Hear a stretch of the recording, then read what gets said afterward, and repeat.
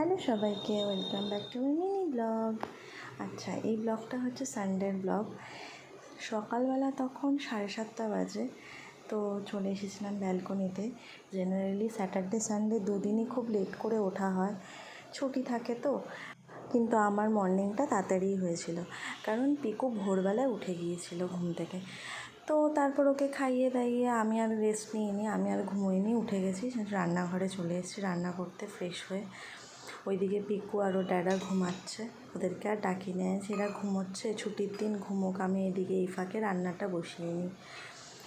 তো উঠেই তো ব্যালকনিতে যাই সবার ফার্স্টে, যেটা দেখলে তখন 7টা বাজে, কিন্তু ক্যামেরাতে দেখলে বোঝা যাচ্ছিল না, কিন্তু তখনও সূর্যের আলো ঠিক করে ফোটেনি। এখানে মোটামুটি একটু রোদ উঠতে উঠতে 7:45 এরম হয়ে যায়। যাই হোক, আজকে লাঞ্চে বানাবো চানা, এটাকে চানাই তো বলে না, কাবলি ছোলা, যেটাই হোক। তো ওইটা দিয়ে আজকে ঘুগনি বানাবো, রাত্রেবেলা রুটি করব বলে। আর রান্না করব বোয়াল মাছ আজকে লাঞ্চের জন্য। ফ্রিজে বোয়াল মাছ ছিল, তাই ভাবলাম বোয়াল মাছের আজকে পাতলা গরম মশলা জিরে দিয়ে ঝাল ঝাল করে ঝোল বানাবো। এটা আমার এরমভাবেই বেশি ভালো লাগে, কিন্তু সুপ্রতিম আবার সর্ষের পোস্ত দিয়ে বোয়াল মাছটা বেশি ভালোবাসে। আরও আছে, আরেকদিন ওকে করে খাওয়াবো।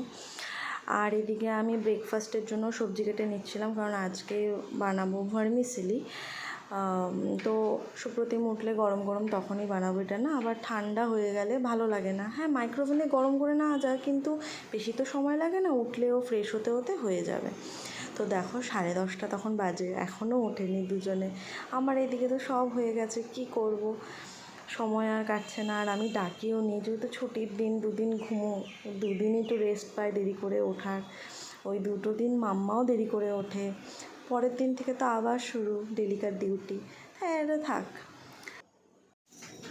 10:30 11:15 সময় ঘুম থেকে উঠে নিজেই ব্রেকফাস্ট বানাচ্ছে। বলল যে আমি বানাই আজকে ব্রেকফাস্টটা, তুমি তো সকাল থেকে করছোই।